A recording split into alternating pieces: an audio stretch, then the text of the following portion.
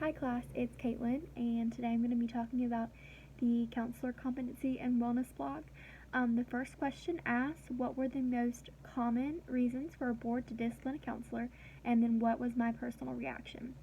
So for Florida, some of the most common discipline reasons were dual relationships, sexual relations, healthcare fraud, unlicensed professionals, criminal violations, and giving false information. And my reaction to those is that most of them are um, not minor, but a little minor to me. Like, for example, unlicensed professionals. If that means just renewals, then that's not a huge, I mean, it is an issue, but it's not a huge issue in comparison to like a sexual relation or dual relationships, because those can get very messy and greatly harm the client and counselor, and especially their reputation. Of course, criminal violations, giving false information, that could be counselor not telling the truth, that could be breaching confidentiality or saying that this is how it goes and it's not actually how it goes when you pay.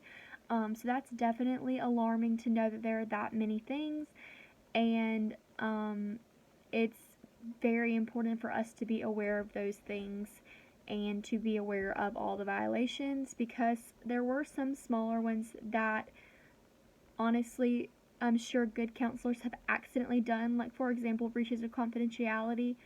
um, and the next question talks about how might self-care or lack thereof result in counselor impairment, and this question is a really good one. So self-care is super important and vital to counselors. Self-care is important in general, just in life. In any person's life, self-care is a thing that you need. But especially whenever your job is literally someone else's well-being, it is important for you to take care of yourself, because you cannot pour into others unless people pour into you. So self-care is important in the fact that you could be impaired and not give the client correct information, not be stable, and potentially harm the client.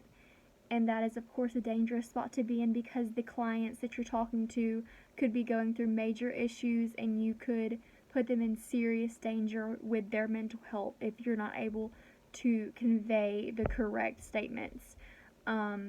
So, impairment is a big thing, exhaustion, burnout, secondhand depression, those are all parts of impairment, and they're all a real thing. So if you have a good group of people, such as peers, supervisors, family, and friends, and if you're able to be self-aware of yourself, then those are all awesome tools to combat to combat impairment. And if counselors have those people in their lives to recognize when they're becoming impaired, um, then I think that it can be a really good setup.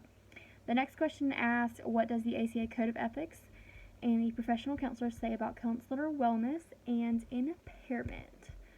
So, on the Code of Ethics, F5B, it says that students and supervisees monitor themselves for signs of impairment from their own physical, mental, or emotional problems, and refrain from offering or providing professional services when impairment is likely to harm a client or others. They notify their faculty or supervisors and seek assistance for problems that reach the level of professional impairment. And if necessary, they have to limit, suspend, or terminate their professional responsibilities until it is determined that they may safely resume their work. So kind of like what I just mentioned, it could definitely be harmful. So when a counselor gets to that spot and they recognize it, they need to confront it head on and do whatever they need to get themselves back in the right mind frame to be able to counsel other people. And the last question was, what is the question? What is the question that I have from this? My thing is, so basically, as the years go on, and of course as counseling continues to grow, I think there will be a lot more ethical violations.